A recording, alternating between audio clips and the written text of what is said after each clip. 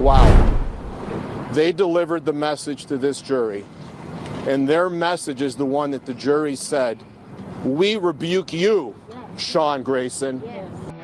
The bullet, the blame, and the backpedal, honoring Sonya Massey, exposing Officer Tatum. Welcome back to West Virginia Wire. My name is Regina Connell, and today we are not holding back. We are honoring the life of Sonya Massey, a 36-year-old mother, daughter, and friend who was killed in her own home after calling 911 for help. Instead of protection, she received a bullet near her eye from Deputy Sean Grayson, who has just been convicted of second-degree murder.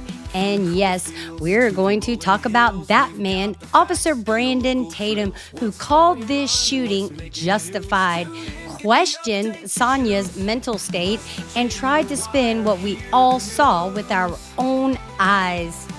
So get ready. We've got the facts, we've got the receipts, and we've got something Officer Tatum clearly doesn't: a conscience. That's right, Regina. Before the body cams, before the verdict, before the hashtags. A woman who worked hard, loved her family, and just wanted to feel safe. On July 6, 2024, Sonya did what any of us might do. She called 911 to report a prowler outside her Springfield, Illinois home.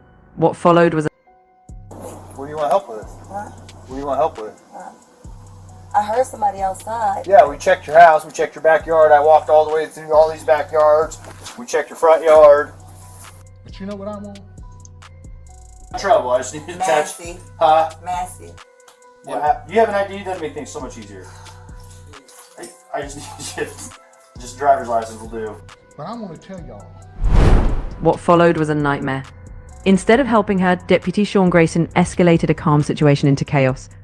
According to reports, she had a pot of hot water, but she never threw it, never lunged, and still he shot her. We will not let her name become another statistic. All right, guys, so today I do want to tell you that we are going to be revisiting some videos where Officer Tatum called this shooting justified. I was horrified. And, you know, at that time, we were members of his channel. We subscribed to him. And after he made that video, we all got in the comment section and said, please, will you re-examine the body cam?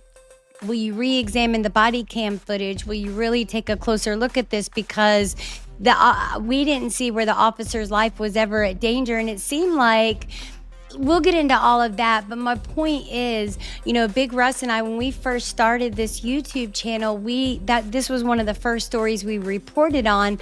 And so Officer Tatum made a second video, and he doubled down on his assessment that this was indeed a justified shooting. So we're going to talk about that and so much more. Going to contrast that with today's reality. So let's jump right into that call log footage now, and then we'll come back and talk about how the verdict showed the truth.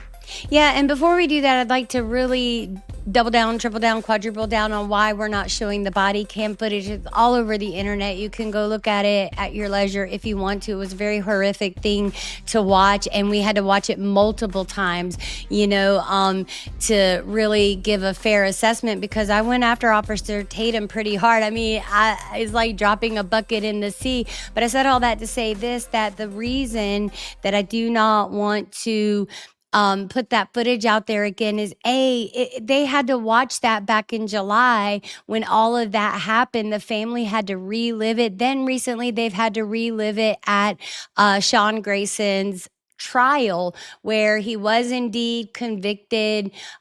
He was convicted of second-degree murder. Hey guys, we are going to move right on into the this article where it describes the 911 call. So it was Sonya Massey's mother that had initiated a wellness check, I guess, for her daughter. So let's read this article. Sonya Massey's mother pleaded, "I don't want you to hurt her," in 911 call the day before fatal shooting. So this was the day before. The mother of Sonya Massey, the black woman killed in her home by an Illinois sheriff's deputy earlier this month, called 911 the day before the fatal shooting asking for help for her daughter, but told the dispatcher that she was worried police might hurt her, according to recordings released Wednesday by the Sangamon County Sheriff's Department.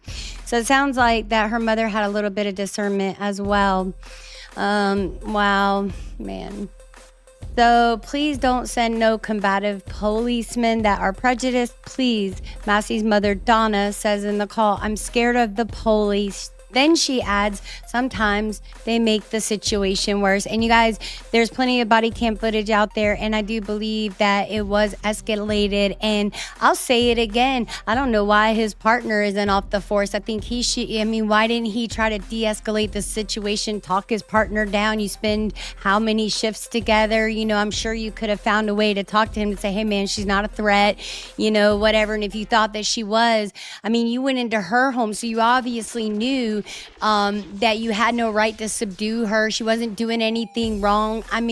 Donna Massey called 911 on July 5th around 9 a.m. to say her daughter was having a mental breakdown and needed help. She is not a danger to herself. She's not a danger to me, Donna Massey says on the call. She referred to Massey's mental episode as paranoid schizophrenic. And I can't even imagine how her mother's feeling right now. I know that if I would have made that phone call and this happened to my child, I would probably feel a burden that, it's bad enough losing your child, and then on top of it, to feel some sort of responsibility to say, I knew what could I have done differently. This is not on you, my lady. I want you to know that. Sonya Massey, a mother of two, called 911 in the early morning hours on Saturday, July 6th. So she called herself the day after her mother called to report a suspected prowler outside her house near Springfield, Illinois. Two deputies responded to the call. After searching outside, they came into Massey's home to ask more questions. But after a tense exchange about a pot of hot water, a deputy shot Massey while she crouched in her kitchen. Body cam video shows. We're not going to watch that video cam, but I will tell you, it is seared in my head. I will never forget it. And you guys, there was nothing justified about this. Even from the outside footage, when the officers are in conversation, they were already viewing her as a criminal, but it seems to me that she was known in the community, but she was known as a light. Maybe some people called her crazy. Other people said she had schizophrenic episodes. I don't know. It seemed to me that she knew something other people didn't. Let's continue on. All right. So, the deputy who opened fire, Sean Grayson, who is white, has been charged with first-degree murder, aggravated battery with a firearm, and official misconduct in Massey's death. He has pleaded not guilty to all charges and is being held in the Sangamon County Jail while he awaits trial. He was fired by the sheriff's office after the shooting, rightfully so. The 911 recordings released Wednesday also show that some officers and first responders in the immediate aftermath of the shooting discussed whether Massey had shot herself. Are you kidding me right now? So I will tell you, from the body cam footage, you see the first responders coming in, and one of the first responders knew who Sonya Massey was, right? And the worst part of it all is the officers that were there were saying, well, there's no need to render, it's over for her. Like, they didn't even try, and you could hear her gurgling. So you know what? Man, prison for you is going to be the easy part, sir. The easy part. I hate they couldn't get him on first degree murder, but there was no way to prove that it was premeditated. It was a 911 call, so I don't really believe that it was premeditated. And on the racism thing, yes, I believe that he saw her as beneath him because of the color of her skin. At the end of the day, it's all hatred. It's all pure hatred. And if you look at his lifestyle and the problems that he had of his own, of course he needed to find a reason to put someone beneath him. And the worst part of it is he was hired, I believe, by the chief of police. He was hired because he was either engaged or dating the chief of police's daughter. But we're going to get into that too. Stand by. All right. They are now saying it's self-inflicted. An official says in a call to report the police shooting, this is from when after it just happened, either self-inflicted or they may have shot her. Well, he openly said in the body cam footage that he did it. He felt threatened. He went out the door and the officers were on both sides, a line of officers on both sides, just looking at him like he was crazy. Man, this is so sickening to read. The Sangamon County Sheriff's Department says the officers on the scene always knew it was Grayson who shot Massey, and that at 1:27 a.m., the sheriff's office leadership was notified of a deputy-involved shooting. An autopsy report confirmed Massey was shot just beneath her left eye, and the bullet exited the back of her upper neck. The bullet caused a skull fracture, perforated her carotid artery, and caused bleeding in her brain. The Sangamon County Sheriff's Department also released the recording of the 911 call Massey made on July 6th at 12:49 a.m. I keep hearing stuff on the outside of the house. It sounds like someone was banging on the outside of my house. I don't know. Could y'all come and see? Massey said. And listen, I will tell you, and I'm not going to play it over again, but I will tell you, when the officers got there, she blessed them. She thanked them. She was kind to them. And she could tell by their demeanor, the way they were looking all in her bedroom and stuff. Like, why were they doing that? They weren't there on a search warrant. She wasn't suspected of any wrongdoing. This was a wellness check. So what were they doing looking around in her bedroom? I will give the Hodge twins, as much as they get on my nerves, that they did report on this the correct way. They said that it was unjustified. And what were the officers doing all in her bedroom, looking around, doing all of that? That was ridiculous. Let's keep going.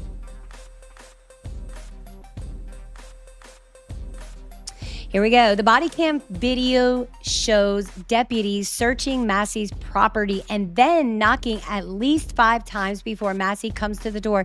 They are later seen inside her home, and the other deputy's camera is recording the scene as Grayson shoots Massey.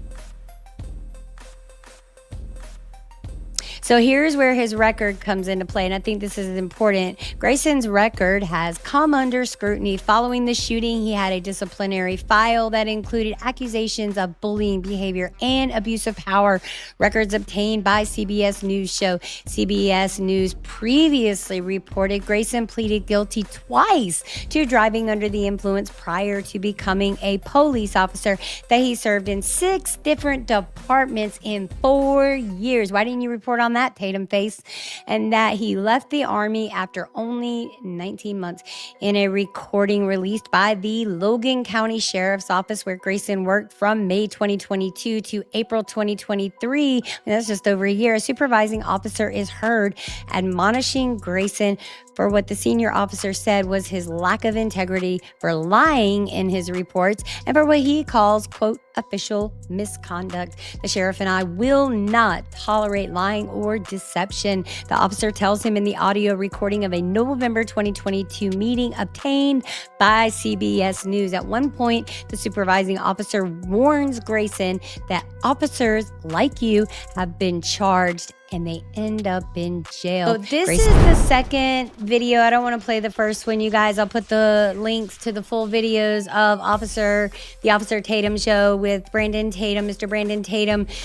So this was the second video. He gave the viewers what we wanted, the second video, and this was his response.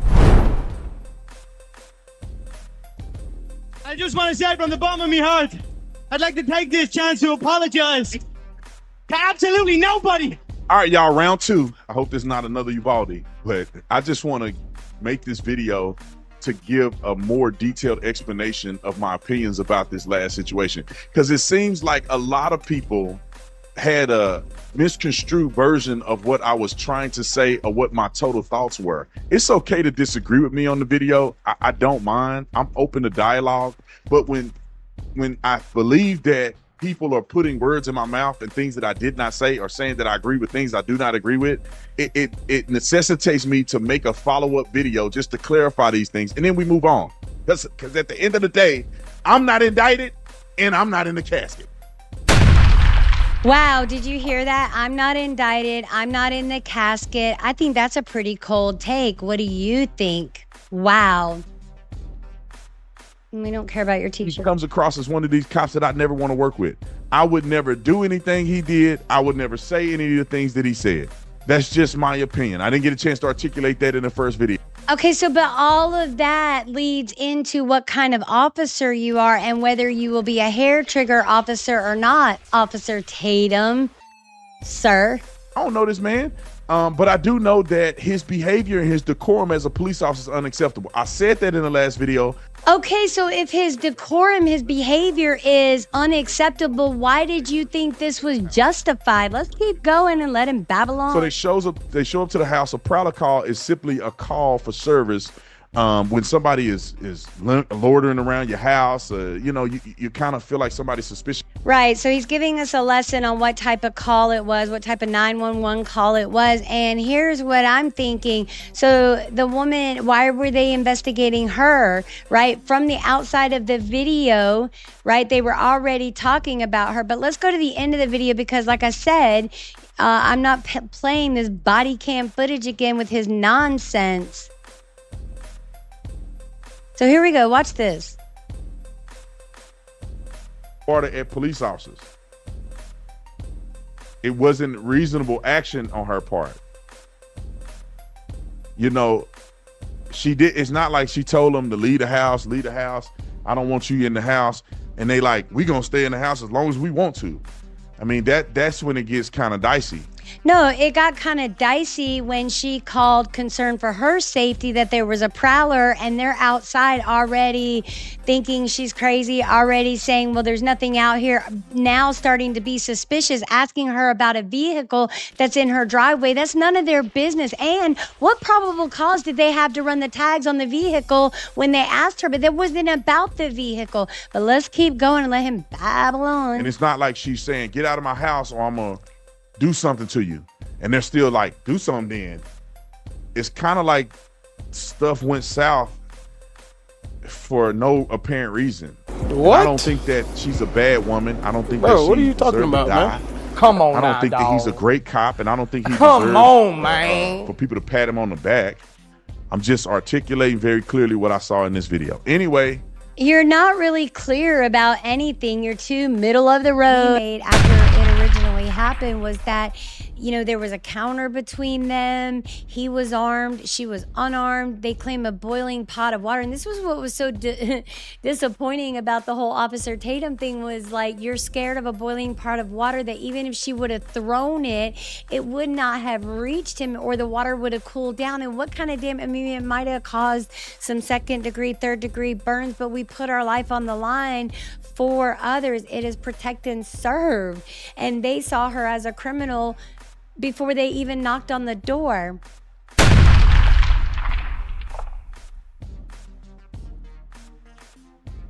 That, ladies and gentlemen, is indicia of intent. From that does make sense. As much as we respect the jury and this legal process and the courts and his honor for his instructions and his diligence, we still see it as a 1st-degree murder charge, notwithstanding the respect that we have for the jury and the process. Sean Grayson had cover.